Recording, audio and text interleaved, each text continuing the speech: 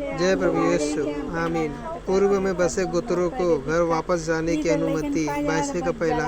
उस समय यहोशू ने रूबेनियों, गादियों और मनश्शे के आधे गोत्रियों को बुलवाकर कहा, दूसरा जो आज्ञा यहोवा के दास मूसा ने तुम्हें दी थी वे सब तुमने मानी है, और जो आज्ञा मैंने तुम्हें दी है उन सबों को भी तुमने माना है। तीसरा, तुमने अपने भाइयों को इतने दिनों में आज के दिन तक नहीं छोड़ा, परंतु अपने परमेश्वर यहोवा की आज्ञा तुमने चौकसी से मानी है।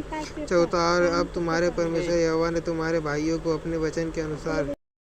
जय प्रभु यीशु आमीन हालेलुया। यहोशू 22:5 मैंने 21 विश्राम दिया है, इसलिए अब तुम लौटकर अपने डेरों को और अपनी निज भूमि में जिसे यहोवा के दास मूसा ने यरदन पार तुम्हें दिया है चले जाओ। पांचवा, केवल इस बात की पूरी चौकसी करना कि जो आज्ञा और व्यवस्था यहोवा के दास मूसा ने तुमको दी है उसको मानकर अपने परमेश्वर यहोवा से प्रेम रखो, उसके सारे मार्गों पर चलो, उसकी आज्ञाएं मानो, उसकी भक्ति में लवलीन रहो और अपने आधेपन और सारे प्राण से उसकी सेवा करो। छठा, तब यहोशू ने अपने आशीर्वाद देकर विदा किया और वे अपने अपने डेरे में चले गए।